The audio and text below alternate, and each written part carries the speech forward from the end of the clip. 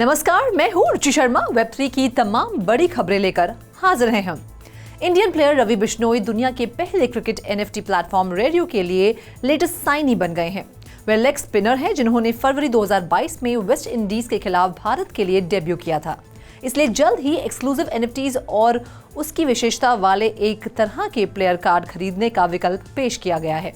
और अगर आप NFTs अपनाते हैं तो आपके पास D3.club पर टीम इंडिया के हर मैच के दौरान लाखों जीतने का मौका हो सकता है।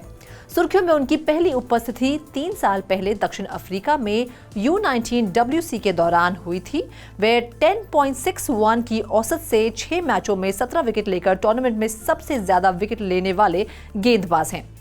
बढ़ते हैं अगली खबर की ओर। बोर्ड एप यॉट क्लब के क्रिएटिव स्टूडियो यूगा लैब्स ने अपने नॉन फंजिबल टोकन इकोसिस्टम के विस्तार की घोषणा की है, जो एक फ्री मिंट और एक स्किल बेस्ड गेम के साथ शुरू होता है। यूनिक ड्रॉप, जिसमें कई स्टेप्स शामिल हैं, 17 जनवरी को existing board app yacht club, mutant app yacht club holders के लिए एक फ्री मिंट के साथ शुरू होगा, जिसे सीवर्ड पासेस कहा जाता है। ये टोकन स्किल बेस्ड गेम को अनलॉक करने की है, जिसे डूकी डैश कहा जाता है, जो 18 जनवरी को गेम प्ले के लिए ओपन होगा। इस वैकी प्रोसेस के परिणाम 15 फरवरी को खुद सामने आएंगे, जब डूकी कैश गेम प्ले खत्म होगा। बाकी अहम खबरों के लिए करते हैं विशाखा का रुख। Over to you Vishakha. Game of thrones George R.R. Martin के नॉवेल्स की series a song of ice and fire से अडेप्टेड एक पॉपुलर फैंटेसी टेलीविजन सीरीज है, जिसका 10 जनवरी 2023 को पहला NFT जारी किया जा चुका है।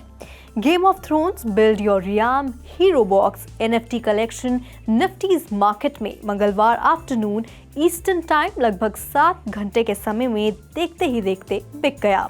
कलेक्शन में लगभग 3,450 हीरो बॉक्सों की प्री सेल देखी गई और प्री सेल खत्म होने के बाद 1500 हीरो बॉक्सों को लोगों के बीच बेच दिया गया। बॉक्स में story card, non fungible tokens, resource card collectibles और single Game of Thrones hero avatar NFT शामिल थे। गॉट NFTs OpenSea पर सेकेंडरी मार्केट एक्शन देख रहे हैं, क्योंकि हीरो बॉक्सेस और हीरो एवेटार्स को इथेरियम के लिए बेचा जा रहा है। अब बढ़ते हैं अगली खबर की ओर। स्विट्जरलैंड बेस्ड कंपनी मोमेंट, जो नॉन फंजिबल टोकन्स के रूप में पब्लिक इंटरेस्ट के मोमेंट्स की पेशकश करती है, जिसने middle east focused blockchain ecosystem crypto oasis ventures के साथ पार्टनरशिप की है। पार्टनरशिप का एम क्रिप्टो ओएसिस के टैलेंट पूल और फाइनेंशियल रिसोर्सेज को मोमेंट के स्पोर्ट्स और मार्केटिंग इंडस्ट्रीज के लिए इकोसिस्टम के साथ जोड़ना है। पार्टनरशिप के हिस्से के रूप में क्रिप्टो ओएसिस मोमेंट में इन्वेस्ट करता है और लोकल वेब3 इकोसिस्टम में पेश करवाता है। इस कदम से मोमेंट यूनाइटेड अरब एमिरेट्स में भी विकसित होगा, जहां इसके NFTs exciting well recognised moments को कैप्चर करेंगे। क्रिप्टो ओएसिस के फाउंडर राल्फ ग्लैबिशिंग भी मोमेंट में इसके एडवाइजरी बोर्ड के नए मेंबर के रूप में शामिल हुए हैं।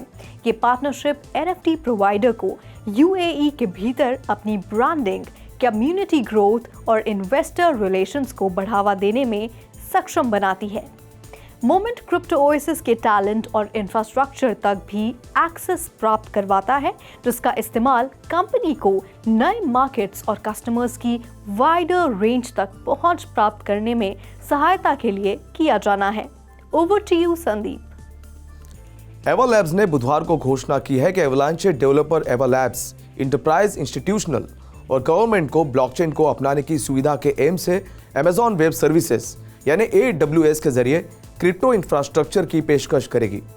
एवलांचे एक ब्लॉकचेन है जो NFTs, Web3 गेम्स और एक यूनिक टेक्नोलॉजी का सपोर्ट करने के लिए ऑप्टिमाइज है, जिसे सबनेट्स भी कहा जाता है, जो एवलांचे पर बने कस्टम ब्लॉकचेन्स की तरह काम करता है, लेकिन इसमें कस्टम रूल सेट हो सकते हैं और नेटवर्क गैस फीस भुगतान करने के लिए एवलांचे के नेटिव एवैक्स के बजाय अपने खुद के टोकन का इस्तेमाल भी कर सकते हैं।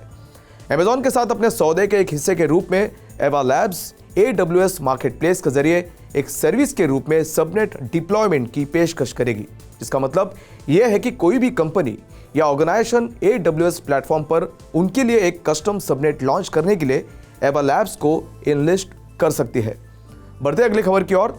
एल सल्वाडोर ने बिटकॉइन बैक बॉन्ड के लिए लीगल फ्रेमवर्क प्रोवाइड करने वाला लैंडमार्क लेजिस्लेशन पास किया है, जिसे वोल्केनो बॉन्ड के रूप में भी जाना जाता है, जिसका इस्तेमाल सॉवरेन डेट का भुगतान करने और इसके प्रस्तावित बिटकॉइन सिटी के निर्माण के लिए किया जाएगा। बिल 11 जनवरी को 62 वोट्स के साथ और 16 के खिलाफ पास हुआ और प्रेसिडेंट बुकेले द्वारा इसकी पुष्टि के बाद यह कानून बनने के लिए तैयार है।